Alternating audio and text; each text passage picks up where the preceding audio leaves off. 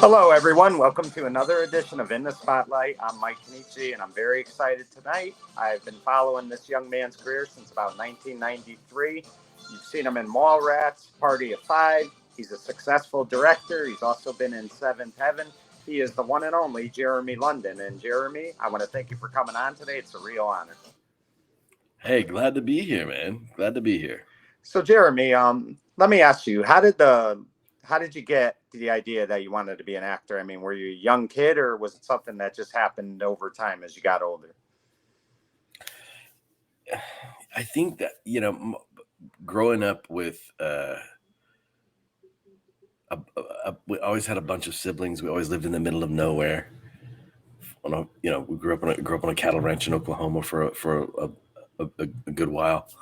And so you have to find ways to entertain yourselves when you're out there in the middle of nowhere, and I think that kind of sort of lent itself. And plus we moved a lot also when we were young. And so you wind up kind of creating this sort of safe space in your reality, because we're always never really could make friends because, we knew we weren't going to stay at a school too long.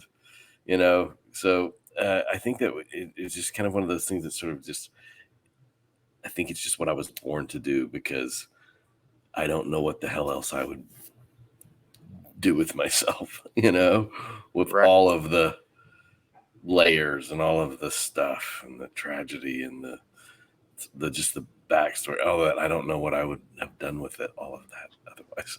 You know what I mean? Right, exactly. Now, you kind of grew up in a great era. To me, it was one of the best ever, and that was the '80s. I mean, TV was very popular. Of course, MTV hit the scene, and that became just unbelievable. So, I mean, you grew up at a great time where I think a lot of people your age really wanted to do something in entertainment because it was just so huge back then. Yeah, it was something that I don't think that I ever really thought about doing professionally really early, because it was so far removed from reality. Like I said, I was on a cattle ranch in Oklahoma, and then when we lost the ranch, we wound up moving to DeSoto, Texas, and very middle class family. Mom was a waitress, dad was a construction worker, stepdad, and it just was one of those things that if you even like mentioned it to people back then, they would just call you crazy. He's a dreamer. Yeah, and That'll never happen. Even after we did the first movie we ever did with the Men in the Moon, the first movie that my twin brother did, because I literally forced him to go on the audition and made him go on the audition, and he got the part. Nobody believed us that we actually did that movie until it came out to the theaters, quite a while later. So even when we went back to school and we were like, yeah, we shot a movie this summer, people were like, yeah, right, sure you did. And interestingly enough, Jeremy, sometimes you have to be at the right place, the right time. I mean, you always hear about 100%. how these kids have agents and stuff. So, I mean, how did you get in contact with somebody that would get you, It was being at the right place at the right time. And whenever I say that, I mean, when the universe puts you where you're supposed to be, then it's amazing where things happen. I was literally waiting tables with my mom. Was managing this restaurant in DeSoto, Texas, at a Holiday Inn called the Holodome, a restaurant called the Heatherbrook, and I was a busboy and a waiter. I was a waiter. I had finally moved up to waiter from busboy, and there was this older lady who would come into the restaurant all the time, and she, back then my gauge of what was old was skewed because I was young, I was 16, 17 years old. But she was an older woman, like mom older, like older than my mom. Like she would have been my mom's like older sister, even maybe older. But she was stunning. She was beautiful. And she used to make me nervous when she would come into the restaurant because she was so beautiful. And I finally got the nerve to ask her one day, are you a movie star or something? And she laughed.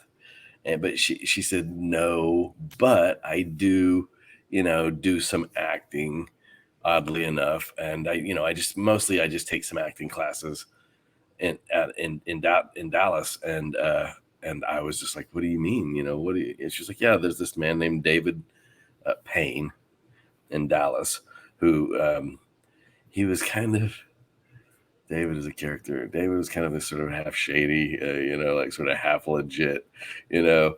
Uh, did happen to know some people, but he also kind of was doing it to get laid and trying to, make easy money and stuff like that, and kind of float on the little tiny bit of like power that he somehow feels like he had gained in his brain. But he did.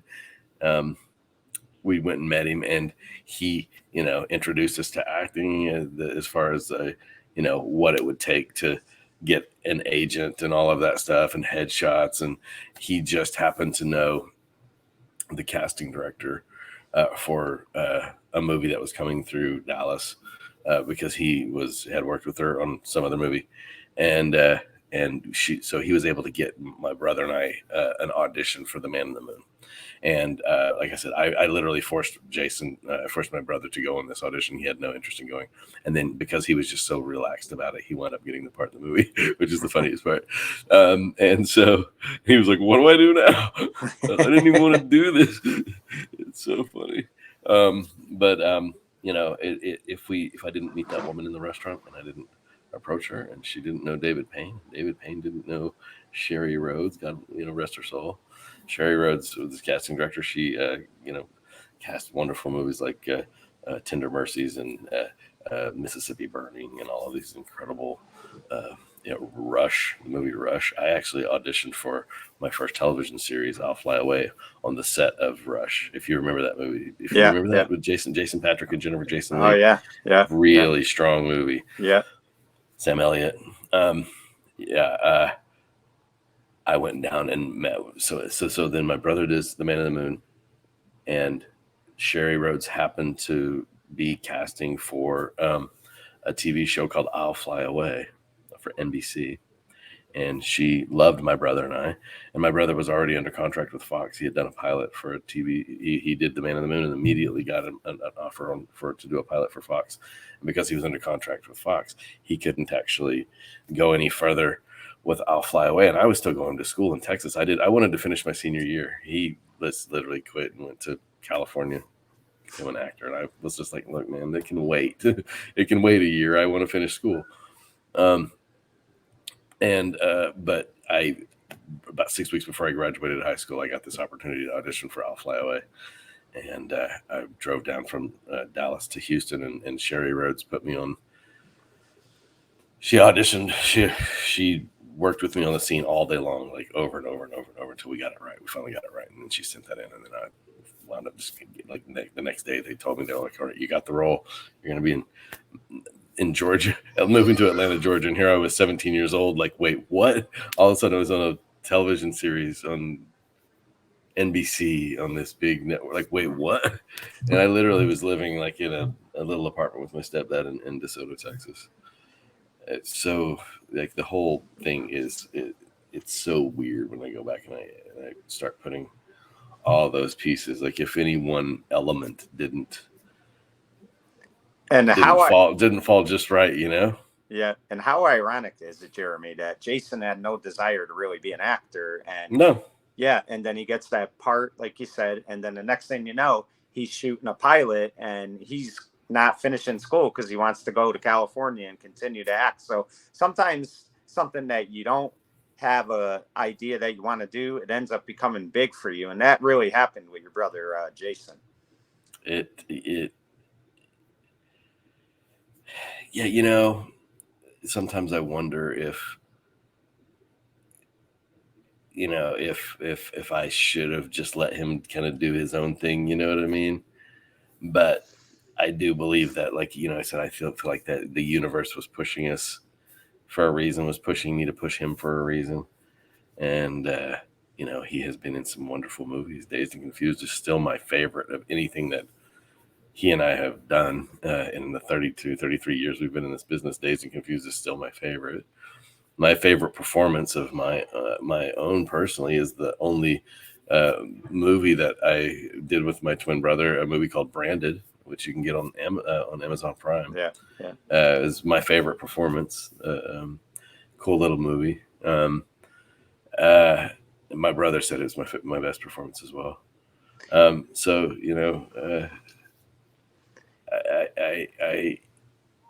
I don't know what the hell else we would have done.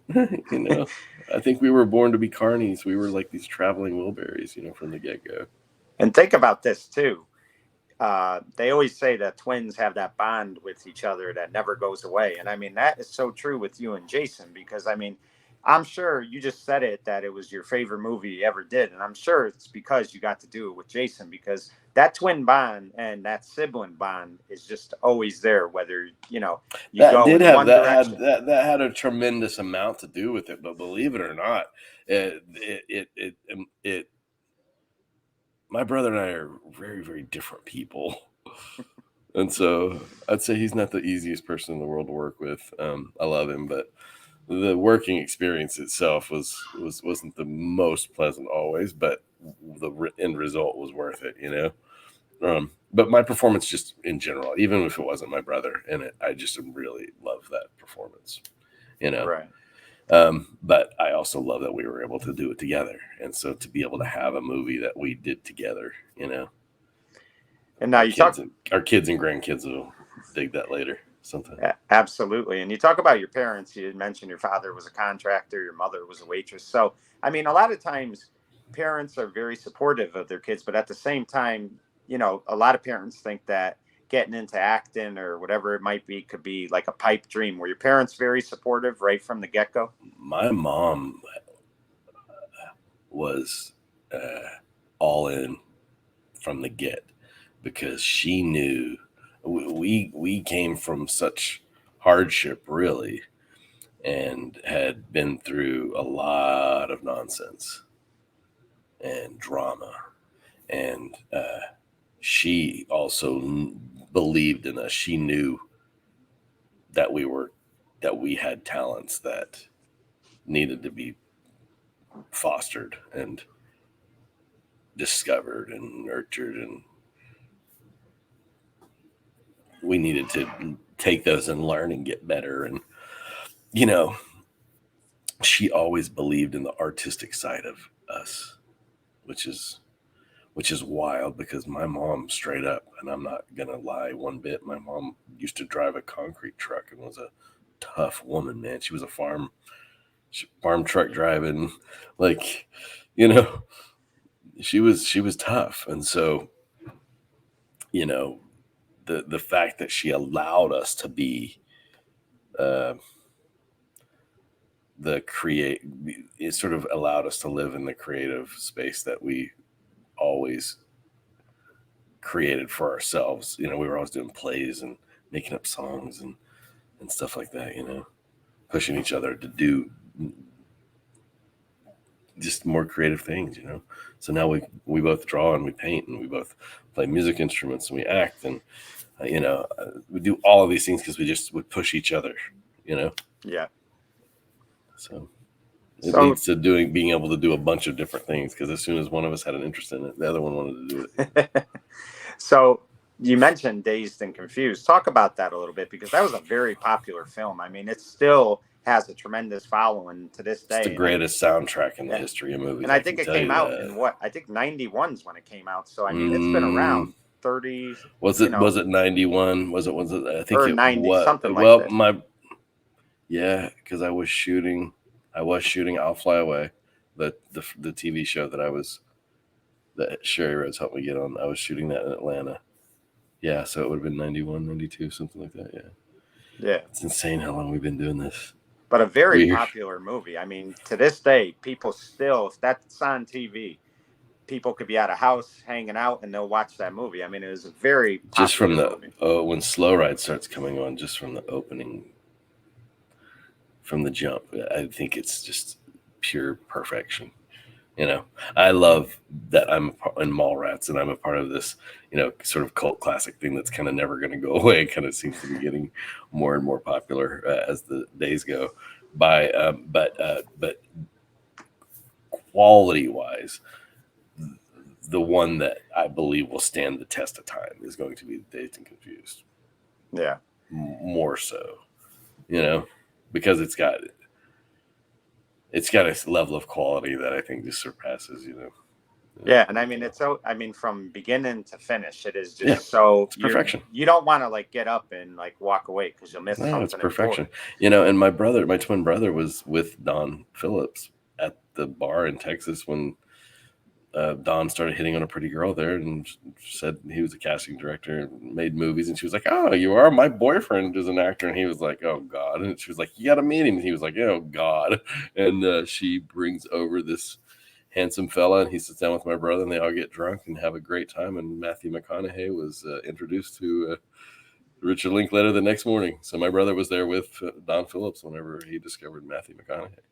So that's pretty cool, I mean, little being a little part of history here or there. Now you Kind of cool. mentioned the movie that so many people, associate you with, and of course it was a big movie for you, and of course that was the 1995 movie Mallrats, and what It's was big interesting. now. Yeah, It but wasn't big then. it wasn't big then, but that's why I never go by what critics say. I go by what the audience watches, I'm how talking they about feel. what the box Yeah, office said. The yeah, box and office it was did not. yeah, it was It a was flop. not. It took it forever. It took it about Yeah, 10 years, but but you then know it what? That happens a lot. skyrocketed.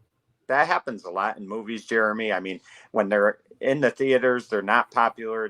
People don't go out and see them, but then they go on DVD, VHS, whatever, and they become so popular. And this has had a cult following for Yeah. almost 30 years now. And I mean, do you look back on it and say, "Wow, you mentioned it. I'm part of this movie that so many people love to this day." I mean, has to make you proud, even though at the time it didn't really do good at the box office. I'll tell you, I'm grateful for the arc that it has taken, because in my old age, I'm 50 years old now, and that movie's more popular now than it was when I shot it. And I think I was 25. Yeah. 23, Maybe 24, 23. Yeah. 23, 24. Yeah. So, I was a pup. And so to be able to reunite with all of my castmates, and everybody's still going. I know Shannon is sick and she's dealing with some stuff. But you guys get to hear my dryer. Isn't that cute? Isn't that great? And it's going to keep going on and on and on and on. Well, people will be happy to know you're just like a regular, like all of us. You still got laundry to do. You still have, You hear to take this? care of stuff. It's Yeah. still going. This happens every time. Yeah. I don't know what Well, the Japanese are doing, like why they need little like ditties at the end of like full scale, but it's funny anyway. yeah, and great background music. You can't beat that. But you talked about Shannon, and Yes, at the time when this movie was being made, she was huge. I mean, 90210 was a phenomenon, and she had yes. just left the series. So, I mean, she was coming off a great run on 90210. So, I mean, that had to be pretty cool for you to work with somebody like that who was really, she was probably the hottest thing as far as, you know, actresses go at the time. She was I can really tell. popular. I'll tell you, at the time, honestly, like she didn't have a good reputation at all. Yeah. She had that reputation of being very difficult to work with, and all of that. And so I think that there was a sort of a level of trepidation on all of our parts, expecting the prima donna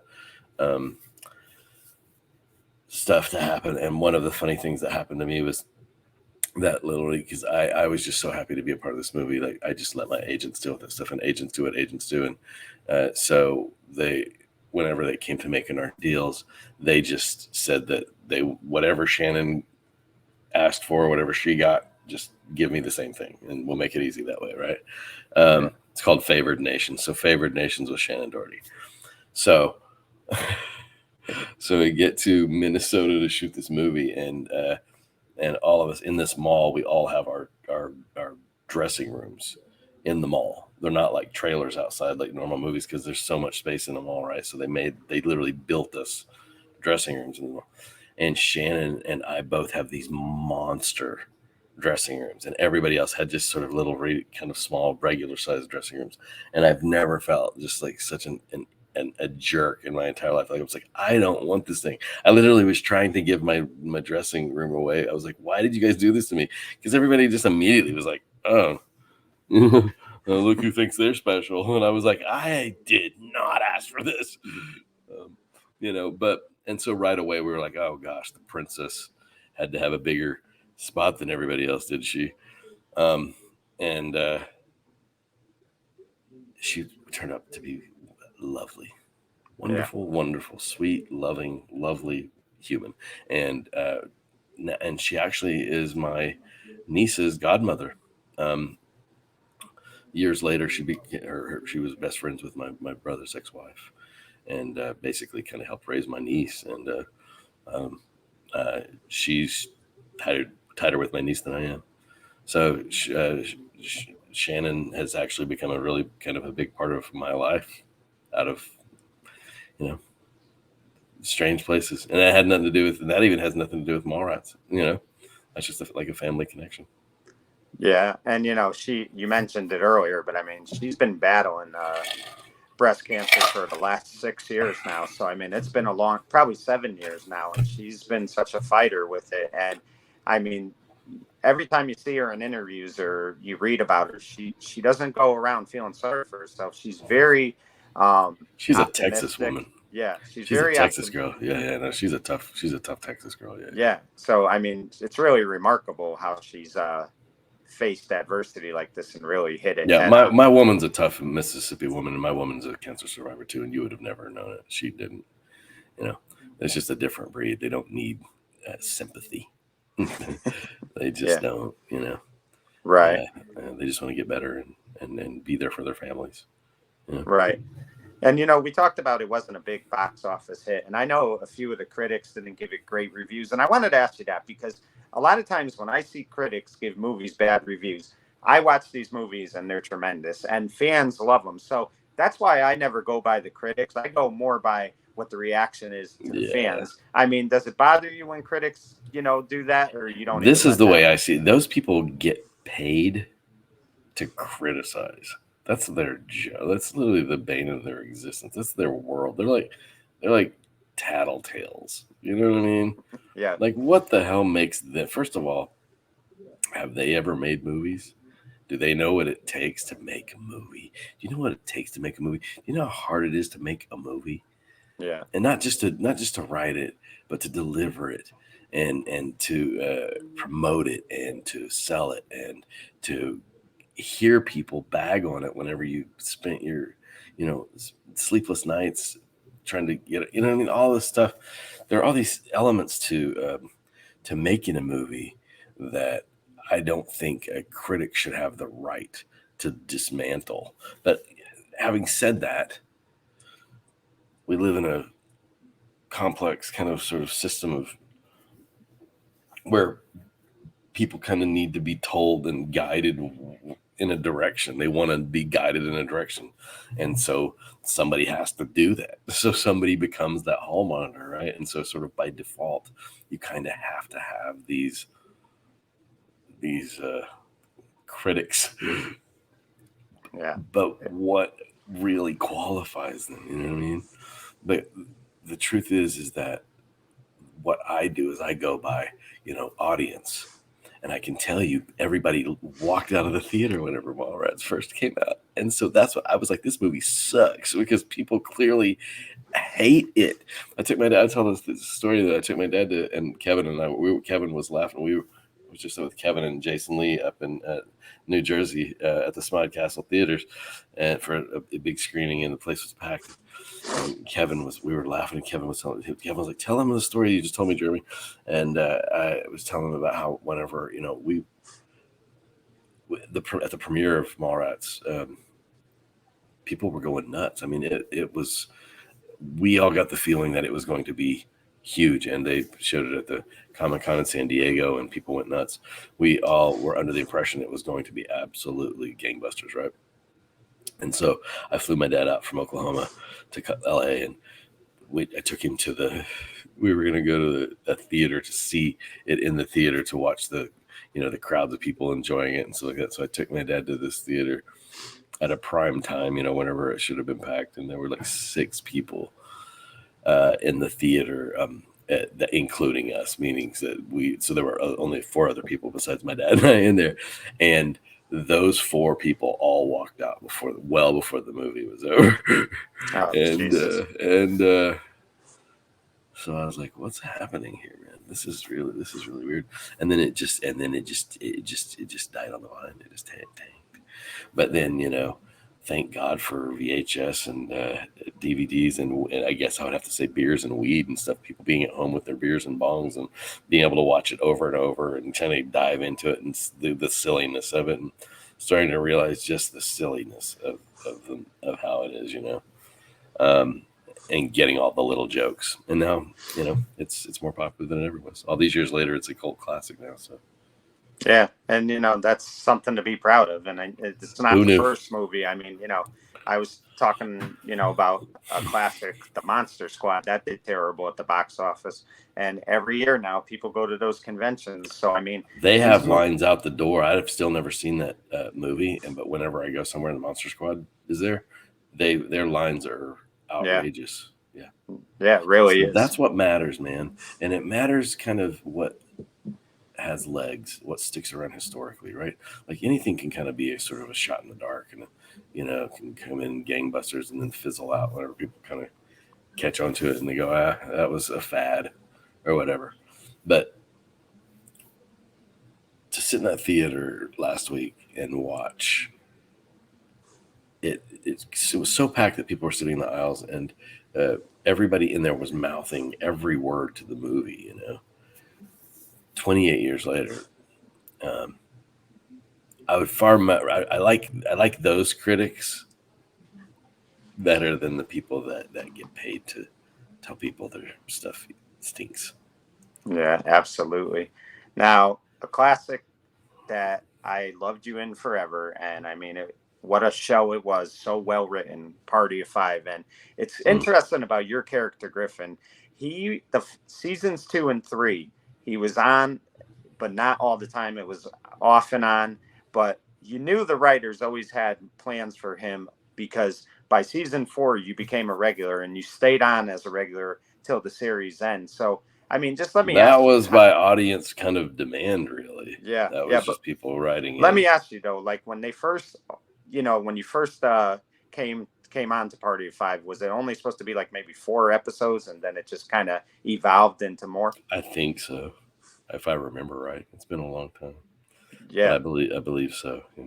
Yeah, and I mean, I think of some episodes that really stand out to me. Of course, there was the episode where your character Griffin is helping his ex-wife Julie. She's being beaten by her boyfriend, and he's trying to convince her that this guy is trying to hurt her. She doesn't want to see it, and he was like that type of guy that helped the Salinger family. Like, even though like he had got divorced from Julie and he wasn't a member of the family anymore, they always kind of considered him a member of the family, and he cared about everyone in that family. That's what I took out of Griffin. Yeah. That's whenever the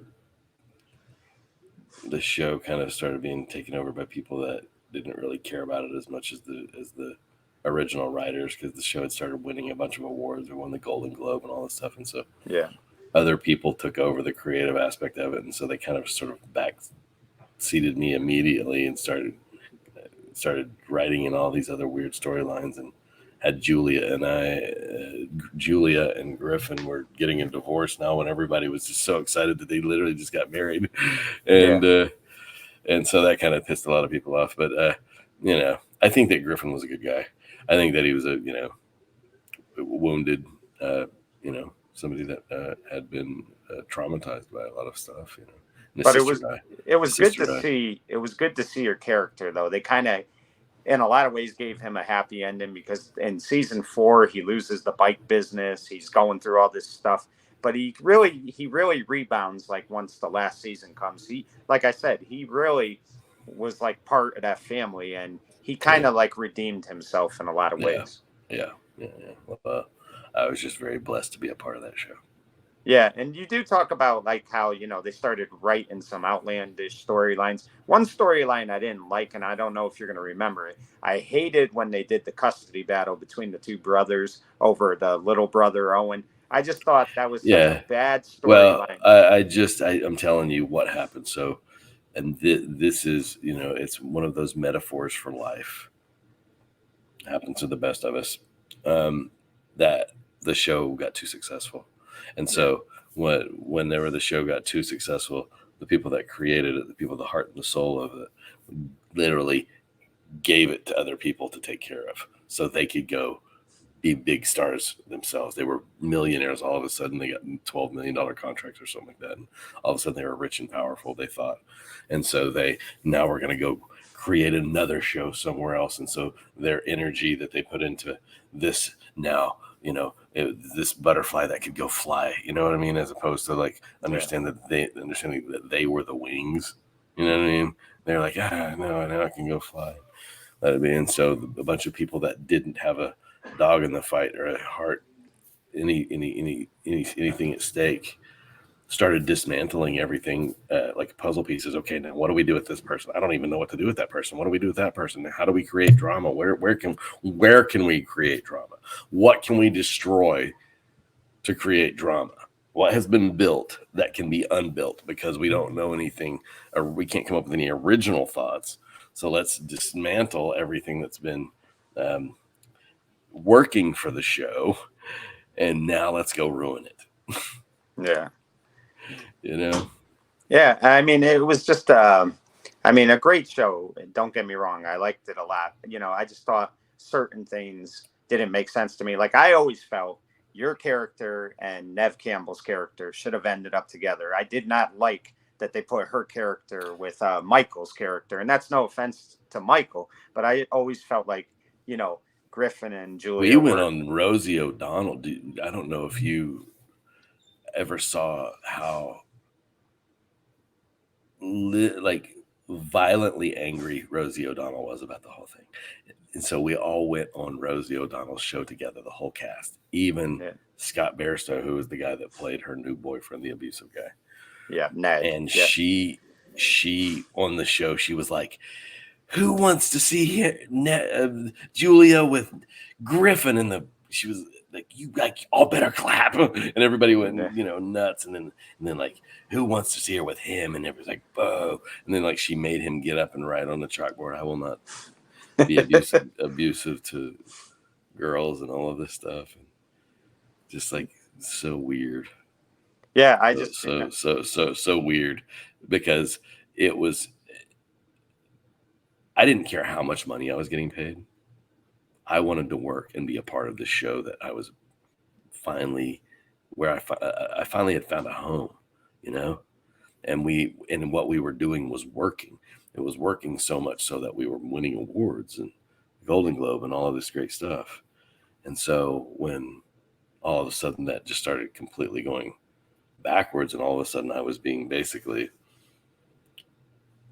yeah. sort of benched almost. It felt like I was on the bench, you know, and that just ticked everybody off because everybody loved mine and Nev Campbell's storyline together, and Yeah. it was getting really good.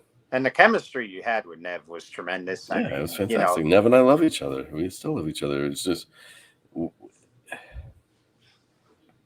whenever you get people in there that need to try to, uh, you know, find their place and they don't have a dog in the fight, they sort of go for the low hanging fruit, you know. exactly. So let me For ask you, Jeremy, if you had to guess in 2023, where do you think, what do you think Griffin would be doing nowadays? Like, he'd probably be the same age as you are right now. So we'll say he's 50. What do you think Griffin would be doing in 2023? Well, I would like to think that maybe he would be, you know, have his own like little homestead of some kind, you know, Yeah. horses and cattle and farm, garden, somewhere doing things that made him happy, you know. Yeah. I got to believe he would still be working on cars or bikes because he was always Absolutely. into that stuff. And that was his passion. I could see him, you know, probably riding a chopper somewhere as well. Yeah, just being real, you know, just not not being a slave to society and the whims of society. You know, I Right. always admired that about the character. You know, Right. and tried to put as much of myself into that.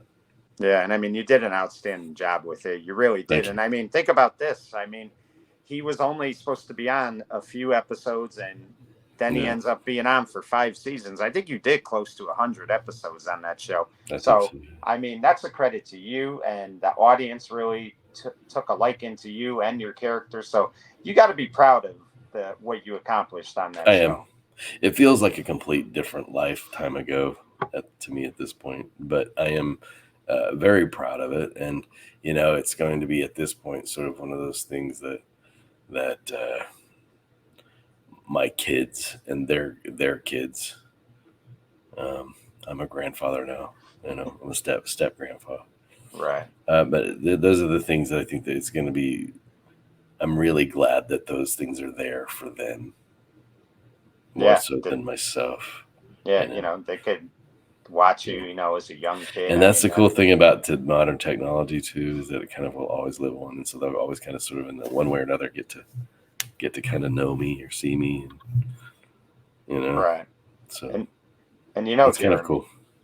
Jeremy, as big a fan as I am of yours, there's a fan that's just bigger than anybody I know, and it's a good friend of mine. Her name is Tina Silkoff, and she has been a big Jeremy London fan since the early '90s and loved that Party of Five show. She could tell you every episode. So she wanted to let you know that she is very appreciative of all the years that you gave her as a fan and the enjoyment, and she wanted to make sure that she thanked you for That's very kind. what Thank you you. did. So I wanted to let you know that as far as Thank that you. I goes. appreciate it. Yeah. So Jeremy, you also became a director as years went on, and I mean, talk Mhm. about that because it's a little different from being on the big screen and then being behind the camera. So talk about that a little bit, what that's like. Right. Well, I mean, I think that for myself, I just have done so many movies that I thought were going to be good that just turned out to not be good because the directors weren't good, and it kind of just started pissing me off. And so any chance I can to have more creative control, I want to be able to do that because, um, there were so many times whenever I felt like something could have been really, really, really good and really great, and just because the director lacked the vision or the ability to get it to where it needed to get, or to communicate with the actors to get all that stuff, it just didn't work. And so I like having that type of control, and so I like directing for that reason, because you're kind of responsible for the whole thing, the end product, the cohesiveness of the cast and everything Yeah. like that. And so, yeah, I directed a movie called The Devil's Dozen, Yeah. Yeah. with C. Thomas Howell and Jake Busey and Eric Roberts. Wonderful, wonderful cast. And then I directed a short film with most of my students, and plus Brian O'Halloran from Clerks and all that, called Monsters Anonymous, that just actually won the best. We won the best film, short film, at the Cannes Film Festival. So I Oh, direct congratulations. I wrote and directed a movie that just won the Cannes Film Festival, which is crazy. Now, do you have one you enjoy more than the other, directing or acting? Which one do I, you love? I prefer to direct any day, just because I love being in that, you know, in that creative position, to be able to Right. have a vision and make the vision come alive. You know what I mean? And to sort of be responsible for that end result is important to me. Right. And you been working on some projects. So what do you have upcoming that fans could look forward to? Well, right now, I'm hoping to kind of that they can finally get the green light for Mallrats too, for the Twilight of the Mallrats. We're kind of in the wings waiting for that. But I've got a bunch of conventions coming up and stuff like that. But as far as movies go, I've got a bunch of movies that I just finished that are coming out. But right now, I've kind of have an open slate. Kind of just waiting for for the news on Mallrats right now and enjoying being a grandfather. And I live in Mississippi. I have a garden business, but more than anything, I've taken up playing disc golf, and so now I'm a disc golf fanatic. So I just I'm 50 now, and I feel like I'm kind of starting to live my life a little bit, and it's wonderful. I don't live in LA. I don't live anywhere near LA. I haven't lived in LA for like 10 years. Yeah. And I have a family and life down here that's just so real and unaffected. My fiance she is so unimpressed with anything really. Like she doesn't care about who anybody is. It's how you treat people. That's all she cares. She judges people by how they treat people, period. Yeah. And that's and that's what I need. And sort of found my old paradise here in Mississippi. It was pretty wild. And it's probably gratifying for you that now you can kind of do what you want to do. So if you want to direct, you can direct. If you want to act, you could act. But you're not, the demand for you to do it is not what it was when you were like 27, 28 years old. Now you could kind of pick and choose what you want to be able to do with your life. Yeah, I mean, it doesn't come at me like it used to either. And so there's that aspect as well, but that a lot of that is because I don't pursue it the way that I used to pursue it either. It's not as important to me as it used to be. I've been doing this for 34 years. Work comes to me now. I don't really have to go to it as much. You know what I mean? Yeah. And so between the few films that I do every year and the conventions, and then I've got a pepper jelly business, a gardening business that I have with my lovely lady. And I have an acting school, London Arts Acting School. I teach. Yeah. I'm an artist. I paint. I sell my paintings. I'm kind of sort of a Renaissance, kind of all over the place kind of person. I've never been satisfied just doing one thing, and I'm certainly not somebody that thinks that I'm too good to do other things. Yeah. I mean, I used to be licensed to sell insurance in the state of Oklahoma, for goodness sake. So, I don't feel like Hollywood's going to define me. I'm not going to let it do that.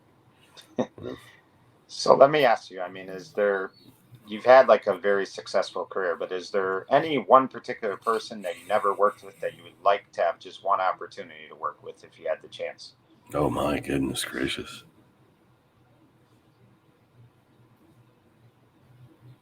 Robert Downey Jr. probably. Yeah, very talented actor. Yeah. So good. I mean, and he's continued to do it from, I mean, here he is still so successful. And I mean, that's a credit to him, but you can't pick a better person to work with if you had that opportunity. Yeah. That's my answer. So Jeremy, before we go, what has been the most rewarding thing for you, not just career, but life in general, that you could look back and say, I'm glad this happened for me? My children are the best thing that ever happened to me. My son is going to be 16 tomorrow. Wow. Congratulations. My oldest biological son. I have a 21-year-old stepson and a 19-year-old stepson.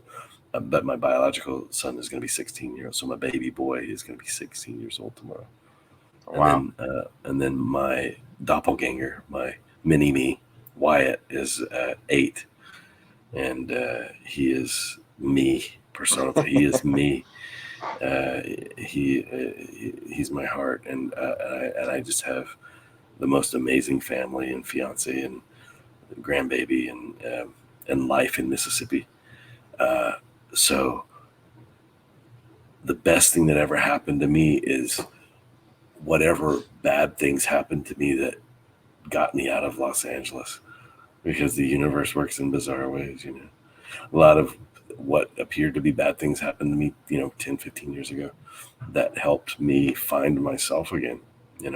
That had that not happened, I might still be stuck in that muck and the mire and awfulness of Los Angeles, and that soul-stealing, disillusioning, confusing place.